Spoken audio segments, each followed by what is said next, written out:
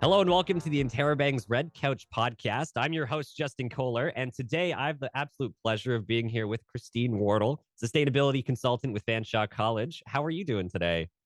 I'm doing good. How are you? I'm doing great. The snow where I am has just started coming down, so I'm a bit less great because I'm not the biggest snow fan in the world, but could be worse. And so, just really quickly before we kind of get ramping in, can you just give me a quick little synopsis of who you are and what you do, just for people who maybe don't know who you really are?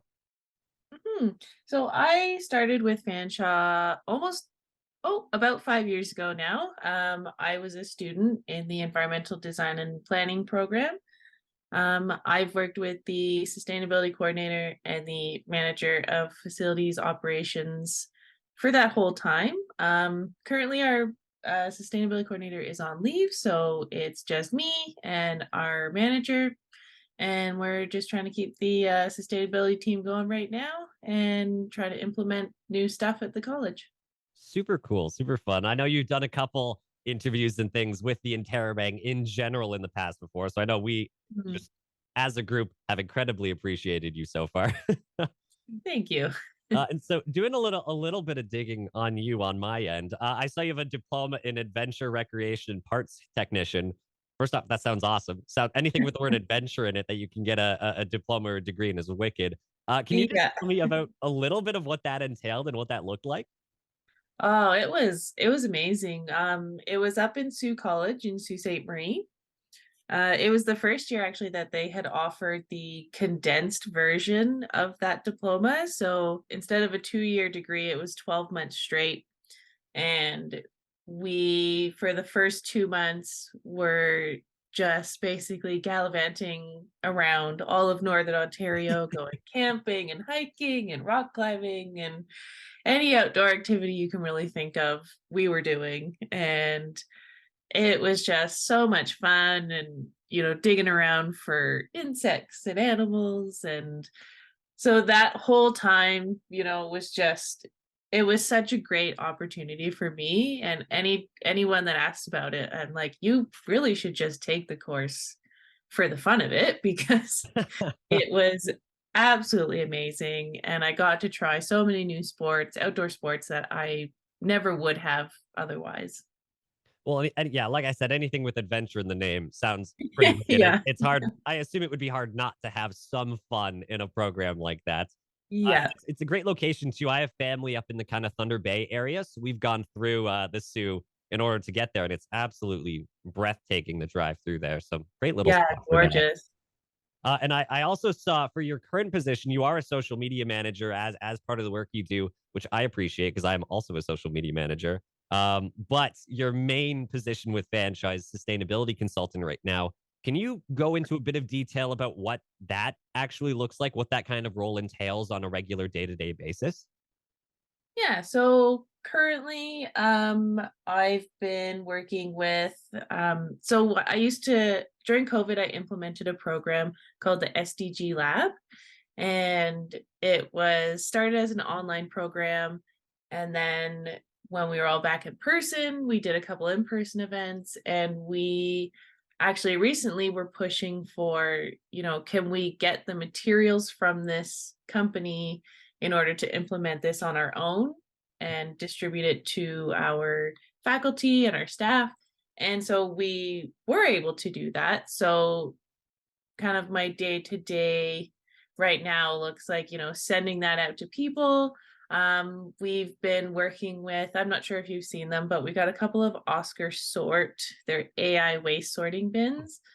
Um, we're still working with those, getting those implemented and kind of working all correctly and everything. But so working with people from that company and then other companies that are interested in sustainability things at the college.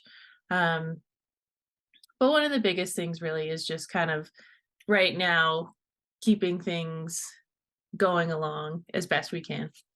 Which makes a lot of sense. Yeah, especially for a college as big as Fanshawe, kind of sustainability kind of has to be a bit of focus at some point or another. Mhm. And so for the various projects that you do, I know you mentioned a couple there. How does that kind of process really get rolling? Do you reach out to these companies? Do they reach out to you? Do you just kind of do research and then go from there? How do they kind of just get like going in the first place? It's a little column A, little column B. There's been times where I've seen something and I suggest it to my colleagues, and I'm like, this looks really great, and something that I think we should implement." And then other times they will contact me saying, "We have this program and we think it'd be really great for you guys. And if we also think it will be really great, which is something the SDGs lab did, then we implement it. And now it's a huge part of Fanshawe.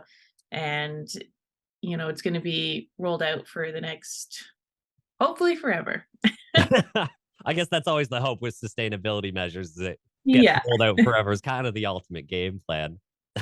And so Mhm. you've mentioned that project a couple times. Have there been any that you've kind of had your hand in the pot for that you've been overly passionate about that you've been like, yes, the college should really, really be developing this, I would say that it's that one. which makes I a feel lot of like sense. that one's almost like my little baby because I started it during COVID and there was only 15 people that would attend online. And then during the in-person events, we were having to turn people away. And now it's going out to hundreds, potentially thousands of students on a yearly basis. So I'm actually quite proud of that one. And that all makes it's hard when you do sort of like little projects like that that turn into something bigger. It's hard not to be like almost a protective in a way, like it's a child kind of a thing. I spent a lot of time in marketing, and we'd have some projects that we develop that start off as kind of like ho hum whatever. It's this, but then as it gets Mhm. rolling along, it becomes more and more like, hey, I really really like this. I want you to like this too, sort of a thing. Yeah. So, and so in terms of sustainability, which was the topic of our previous issue with the interrobang, there's definitely no shortage of topics to discuss. Everything from like Mhm. composting, pollution, renewable energy, and so on and so on. What is one particular topic in the field of sustainability that is really passionate or resonates with you quite a bit? I have always been very passionate about zero waste, Hmm. but also just doing more sustainable outdoor activities. I'm really big into camping and hiking. So the way, my zero waste can fall into that is, instead of bringing all these pre-packed snacks and things, I'm bringing food that I've made at home and potentially dehydrated it, or is something that I can just wrap in a paper towel. Zero waste is definitely one of my bigger things. I like to use shampoo bars and conditioners, and I don't use disposable razors and reusable soap scrubbies, all that kind of stuff. And so from the sounds of it, you like camping and just being outside in general, just from the adventure recreation and mentioning Yes. that. So great point. Kind of off the side, do you have any favorite kind of camp spots that you'd go to, or do you just kind of go out and camp, set up tents in different areas from there? Well, it depends where I am at the time. When I was living in London, there's not a ton of places that you Yep. can go that are kind of a free camping and or have been booked up by January 5th. But now that I'm out in Alberta, I there's a lot of free camping here. You can just kind of go out and lose yourself in the forest for a couple of days, and it's just absolutely beautiful. And lots of free hiking as well. So I'd say probably one of my favorite places to hike would be to go just past Canmore. There's a road called Spray Valley, and it's just absolutely gorgeous. It's just nice being outside. I taught wilderness survival for a camp a Oh. couple years way back, and it's nice just to be out in the fresh air, kind of like make a little fire, making tents, sort of thing, just kind of escaping from the real world for a little bit. So Hmm. I definitely appreciate that whole mindset there. And then zero waste kind of just goes hand in hand because the opposite end is you have to carry it around with you, which is just not Oh fun at yeah. all. And it just increases the amount of stuff you have to kind of bring in the first place in an indirect way from things like packaging and plastics and stuff like that. Hmm. So that's a spectacular topic to kind of be passionate about. And so there's been a lot with you having spent a lot of time around the environment in general, as a bit of an expert, what would you say are some of the constant questions that you get asked on a regular basis about the environment and about sustainability? Um, I definitely say one of the biggest things that people are concerned about is, why should I change my everyday like why should I change when it's the corporations and big business that is, doing all of the harm, which I can understand that mindset. I try to understand that mindset. But I try to explain that, if like, yes, corporations and big business are definitely a huge problem. Like, no one is ever saying that they're not the problem. But it's, our individual actions as well that will have an impact. However small that impact may be, it's still an impact that can be felt even in just your local community. Um, so that's definitely one of the biggest things is people don't want to change when the other people won't change. And that's totally fair. And I recently did an article and a conversation on the doomsday clock. I don't know if you've heard of that at all. The Yes. bulletin of atomic scientists. And for I guess for listeners who do not know, it's basically if a group of scientists that came together and essentially said, hey, if the entire existence of mankind was put into a 24-hour clock from midnight to midnight, the world right now is 90 seconds away from Armageddon, from the apocalypse kind of Mhm. a thing. And so with that, a lot of people raised similar concerns to what you mentioned. You actually kind of got to one of my questions, which I appreciate, which is spectacular. Which was if people can really do anything on an individual level, or if it's too far past that point where it's just coming down to, oh, anything I do just gets canceled out by businesses anyway. So what's the point? So Mhm. thank you for getting to that. I appreciate that. You're welcome. With that being said, would you say are some of the easiest ways that people can contribute in a meaningful way on an individual level? Definitely trying to reduce your waste. It's always good to do the things that we can, bamboo toothbrush, bar shampoos, that kind of stuff. Also, eating a more plant based diet, not necessarily cutting out meat altogether, but having it less is going to make a huge contribution. The meat industry is a very big CO2 producer. And then doing things like, active transportation. So instead of driving your car all the time, you can either walk or bike or even just take public transit.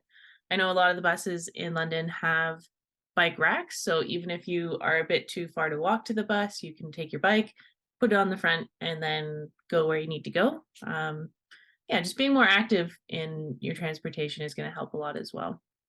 I think those are some great points. I know on both cycling and leaning towards more plant-based diets in general. When people hear that, they kind of assume that, oh, that means I have to completely cut it out. That means I have to go 0 to 100. It means I'm only biking, no buses, or it means no meat, no anything, just plants. And that's, I think, what ruffles a lot of people's feathers. They just kind of make that mental assumption a little bit and then get a little carried away from there. But yeah, like you said, there's definitely manageable ways to do pretty much anything to become just more environmentally sustainable, which is spectacular. Hmm. And so, along that same general vein of what I just mentioned, in terms of sustainability for individuals, would you say that there are any main misconceptions that people have, or that people kind of think one thing when it's actually in another direction? Do you think people any sort of key thoughts on that front stick out? Hmm.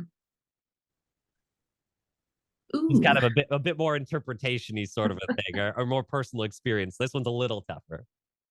Oh, I know there is one, and it is escaping me right now. Of course. If in doubt, if we could maybe come back to that one, or it's all good in any case. So, just kinda, switching over a little bit, with, currently in the outlook, we mentioned that doomsday clock. There is kind of a lot of doom and gloom going around right now when it comes to climate change. but things like the compost programs, electric vehicles, carbon initiatives are all starting to grow more and more. What would you say are some of the best examples that you can think of in terms of active progress on a bit of a larger scale?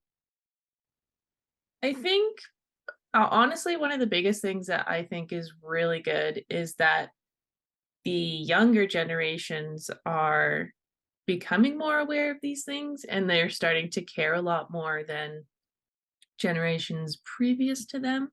Um, I know that, it's like this since the Industrial Revolution, really, we've just been trashing the earth, and it's really catching up to us now. And younger people are realizing, like, well, what is it going to be like when I get old?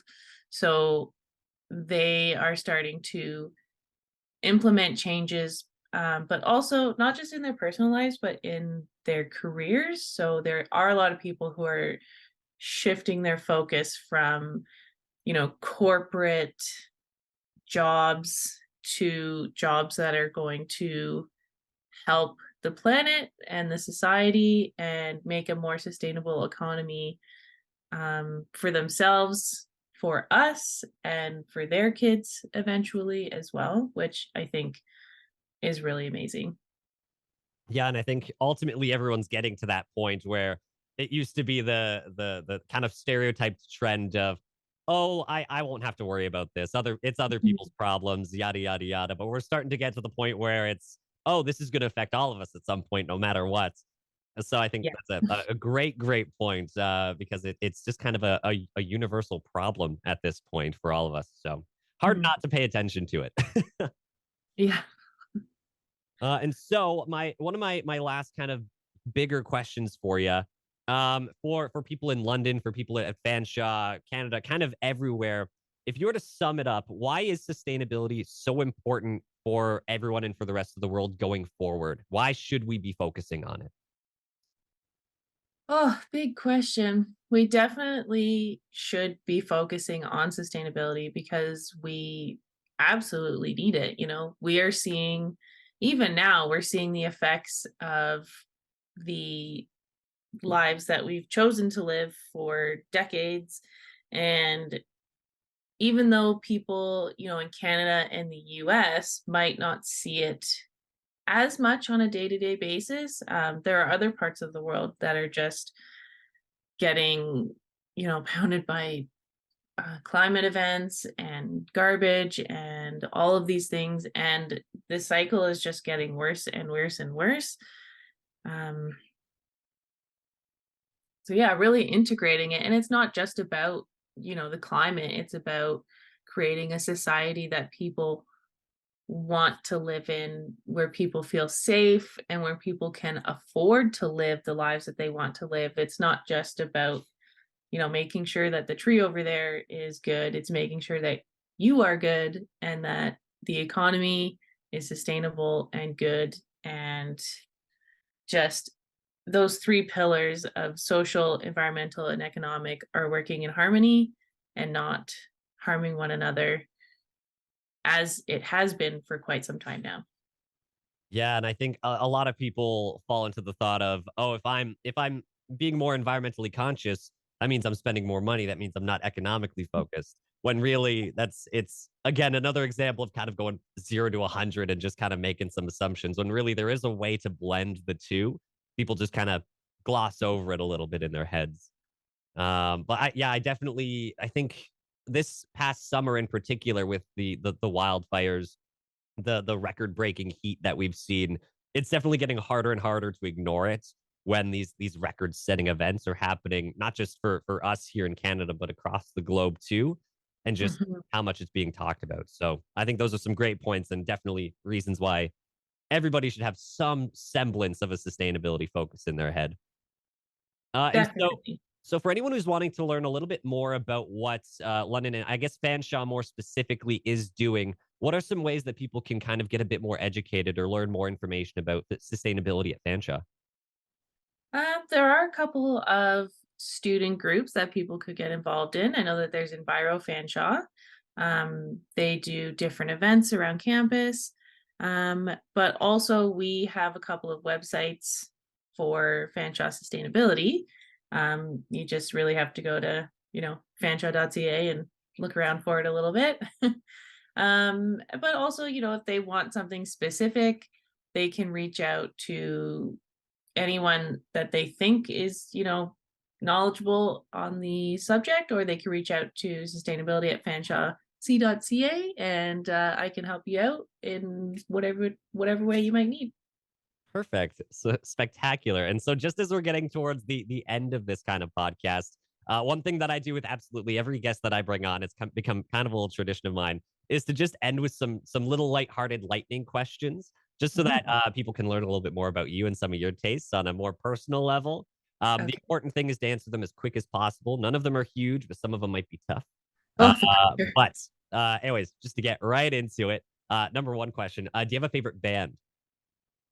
I just saw JP Sachs on Sunday night, and it was absolutely incredible. Oh, totally cool. That's awesome. That's wicked.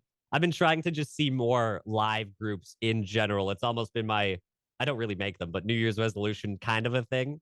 So Yeah. no, that's wicked. And on top of that, do you play any instruments? Ooh, I don't. I would highly recommend. It's just a nice little thing to do in the background. Do you have a favorite season? Ooh. Autumn, definitely. Autumn? I hear Yeah. you. I used to be a real summer child, but more and more autumn it has I just love my become the cozy best season. sweaters. Well, and it's so pretty. Yeah. Do you have a favorite TV show? Okay, the one that pops up in my head right now is Third Rock from the Sun. Okay, good pick. That one I don't hear quite as often. That one's spectacular. Okay. And then off that, do you have a favorite celebrity? Ooh. Um, Catherine Hahn is pretty good. She's hilarious. Okay, that's a really, really good pick too. Favorite food? Hmm. Anything with pasta. Anything with pasta? Good pick. Also appreciate that you said pasta. I know a few people who say pasta and it just drives me nuts for some weird reason. And then off that, do you cook at all? I do. I try to do it more, but I too am a very busy student working and going to school. So really, if I'm fed, then that's good. I hear you. I'm in the same. I just like food in general. You throw a Yeah. dish in front of me, and I will probably eat it. And coffee or tea? Ooh, I love tea. That's a good I pick. I also think. love coffee. I mean, they're both good, but if I had to, like, down to the wire pick one, it would be tea. There you go. I think I prefer the different flavors and variety of tea a little bit more, but I infinitely consume more coffee than I do tea for sure. And what did you want to be when you were a kid? Ooh, when I was a kid, I wanted to be a vet, Okay, that's spectacular. and now I'm taking my master in landscape architecture. So Hey, I'm in the same boat. I'm in broadcast journalism, and when I was a kid, I think I wanted to be an archaeologist, and nice. I think like an astronaut, like everybody else. Yep. And last question, which is the toughest one for me to always answer. Do you have a favorite movie? Oh my gosh. Oh, I don't know. Do I have a favorite one? If I had to pick a really good comedy one that I love, it's Land of the Lost with Will Ferrell. Okay, good picks. Will Ferrell ones are always funny.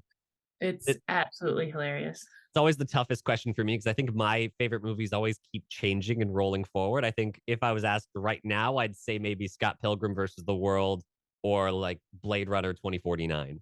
So it's always My favorite genre is rom-com, so, like, I I feel love like there's rom-com. an umbrella under that where I have lots of favorite movies under rom-com. Love it. My favorite were the kind of like the mid 2000s ones. Things like Devil Wears Prada come to mind. Yeah. A lot of Hugh Grant ones come to mind from like the late 90s. So good pick.